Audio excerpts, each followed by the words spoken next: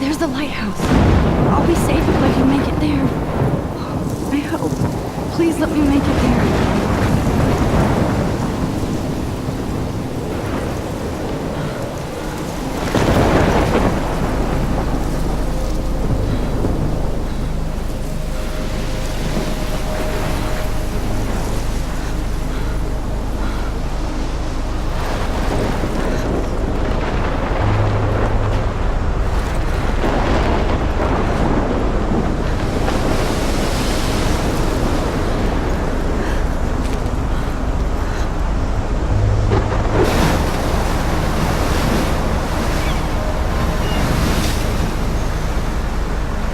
Holy shit.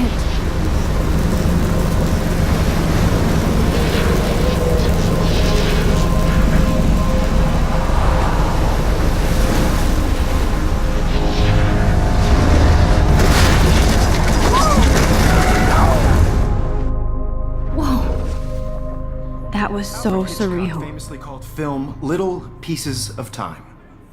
But he could be talking about photography, as he likely was. Okay. I'm in class. Everything's cool. I am okay. From light to shadow. From color to chiaroscuro. Now, can you give me an example of a photographer who perfectly captured the human condition in black and I didn't white? fall asleep, and that sure didn't feel like a dream. Bueller? Weird. Diane Arbus. There you go, Victoria. Why Arbus? Because of her images of hopeless faces, you feel like totally haunted by the eyes of those sad mothers and children. She saw humanity as tortured, right? And frankly, it's bullshit. Shh, shh, shh, shh. Keep that to yourself. Seriously, though, I could frame any one of you in a dark corner and capture you in a moment of desperation. And any one of you could do that to me.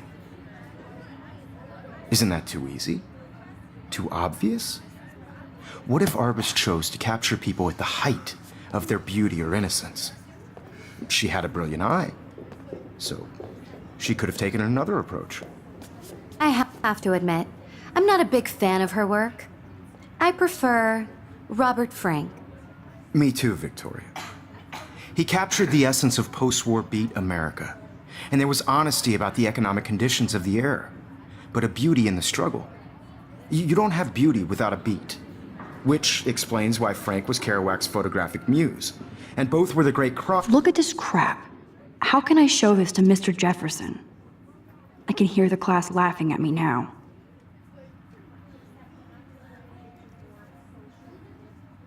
chroniclers of the 1950s. Well, we've all seen that iconic shot of Kerouac on the balcony.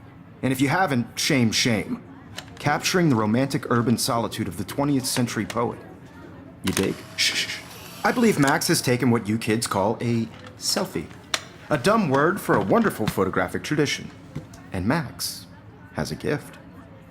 Of course, as you all know, the photo portrait has been popular since the early 1800s. Your generation was not the first to use images for selfie expression. Sorry, I couldn't resist. The point remains that the portraiture has always been a vital aspect of art and photography for as long as it's been around.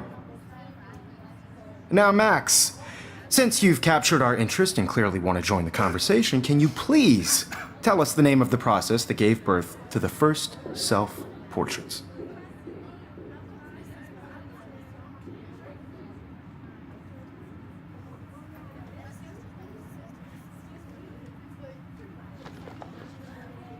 You're asking me? Let me think. You either know this or not, Max. Is there anybody here who knows their stuff? Louis Daguerre was a French painter who created daguerreotypes, a process that gave portraits a sharp reflective style like a mirror. Now you're totally stuck in the retro zone. Sad face. Very good, Victoria. The Daguerrean process brought out fine detail in people's faces, making them extremely popular from the 1800s onward. I can't believe I The still first have this American pencil daguerreotype case. self-portrait I should was done upgrade by to the Robert 21st century. Cornelius. But I like You it can old find out school. all about him in your textbook. I haven't kept up with my journal as much as I should. And guys, don't forget the deadline to submit a photo in the Everyday Heroes contest. I'll fly out with the winner to San Francisco, where you'll be feted by the art world. It's great exposure, and it can kickstart a career in photography. So Stella and Alyssa, get it together. Taylor, don't hide. I'm still waiting for your entry too. And yes, Max, I see you pretending not to see me.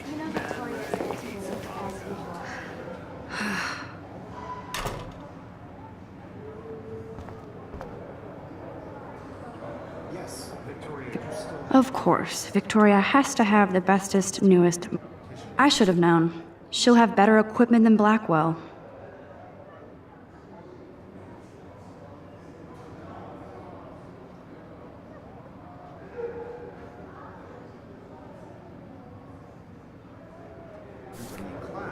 Is turning in a photo, so you see the dilemma? I know, Mr. Jefferson.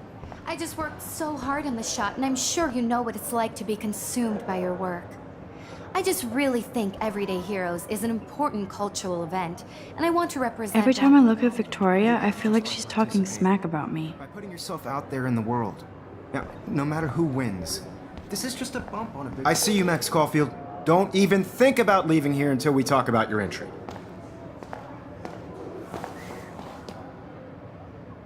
I'd never let one of photography's future stars avoid handing in her picture.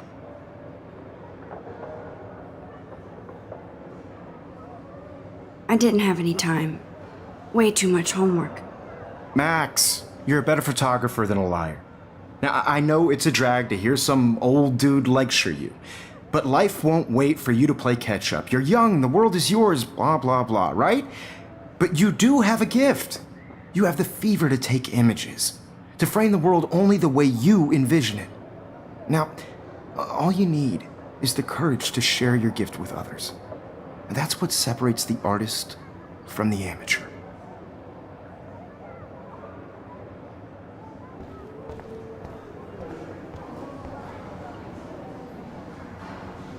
You didn't tell me how cute I looked yet. I was about to. I feel like you have to You always Welcome to the real world. just cute. hot. Then I might send you a special picture. Because Max wants everybody to see how deep she is. I'm not paying $100. She plays it so sharp. I need a serious timeout in the bathroom. Splash water on my face and make sure I don't look like a total loser. I hate that class. It's so fucking boring. She's so fucking shy. She takes selfies with a giant camera.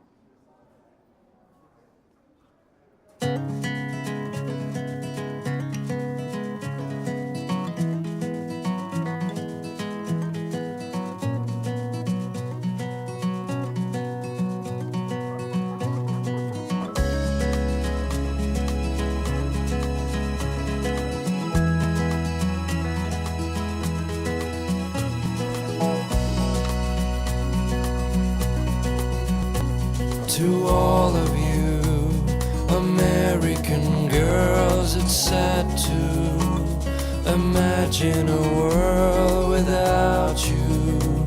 American girls, I'd like to be part of the world around you.